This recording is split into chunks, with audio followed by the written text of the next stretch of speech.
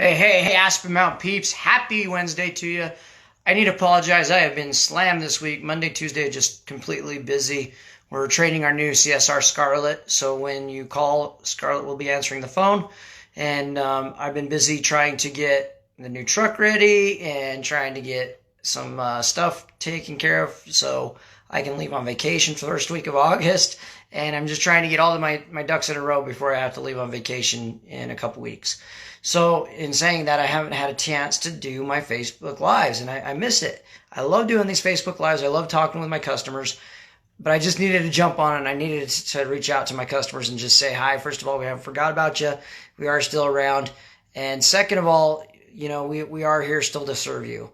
But if you're watching, hey, Terry, thanks for joining us. If you're watching this live on Facebook, type in live. If you're watching this on replay, type in replay. Tell us where you're watching from. It's really cool to see all the different places people are watching from. I got one from over by Russia, outside Mongolia, the other day. It was kind of cool. But yeah, it's just amazing how far the internet spreads and how far people can see things.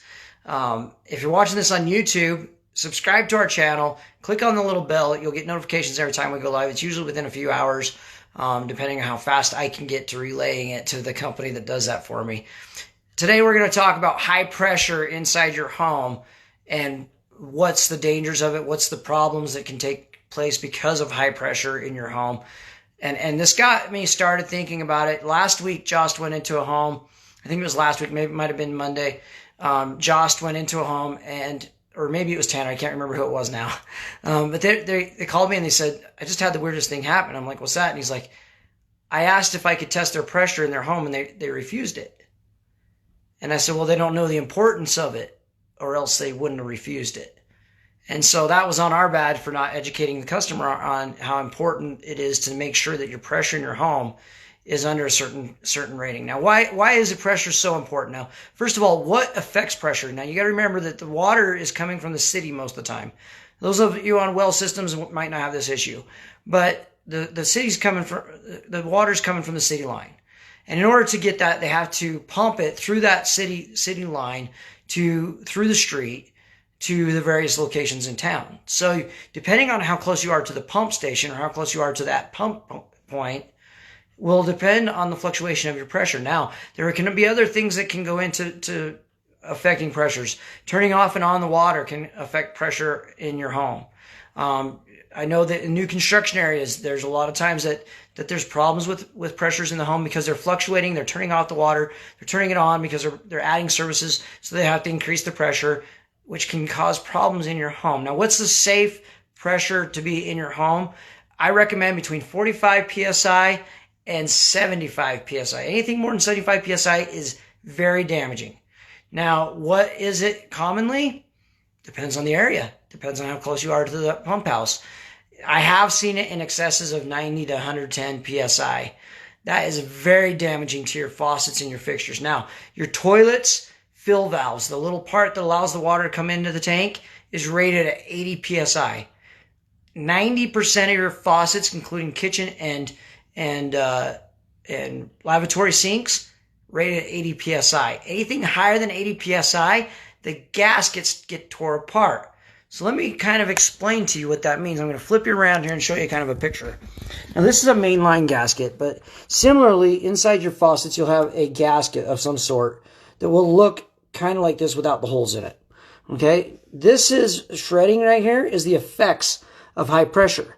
Now, what it does is that high pressure coming in acts just like if you were putting pressure on saran wrap with a fist. Eventually, you're going to break through it. And that's exactly what's going on, is it's shredding that gasket, and eventually it's going to break it down and tear apart. And then that gasket that's actually sealing off the water and stopping it in your faucet, preventing it from actually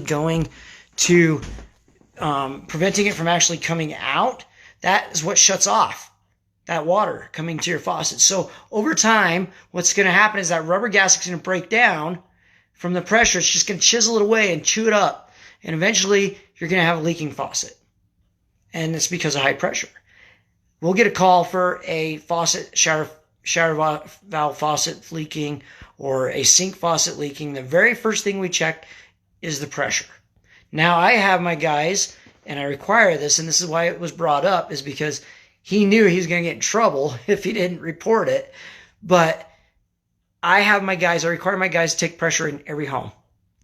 And the reason is I want to inform that customer right then and right there when we're there that they have a problem with pressure. Now, there is ways of regulating this pressure. We have what they call a pressure regulating valve.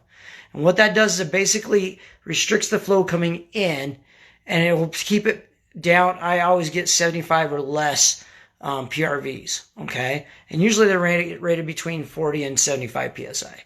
So what we'll do is we'll just make sure that that stays below that 75 PSI, and we're safe. If that person has 80 or higher PSI, we're going to inform that individual they need a PRV immediately. If they have a PRV, they're going to be informed that that PRV's gone bad and needs to be replaced. Now, this can cause other issues too. This can cause issues with like a sprinkler system. Sprinkler system comes on, all the pressure in the house dies. Why? Because you're pulling more pressure there, and because you have too little pressure coming in, it can affect that as well. If you have too little pressure, you're not going to be able to get pressure out your shower head. So too little pressure is not good either. So we want to make sure that you're going in the proper way. Now, what would cause too little pressure? Usually that's a bad PRV. But those kind of things can take place, and the only way to know that is if you test your water pressure. So if our plumbers come into your home and they say, "Sir, would it be all right if we test your water pressure?" Give them the opportunity. It's a 2-second test. We're not going to try to sell you anything that you don't want. We'll make it offer.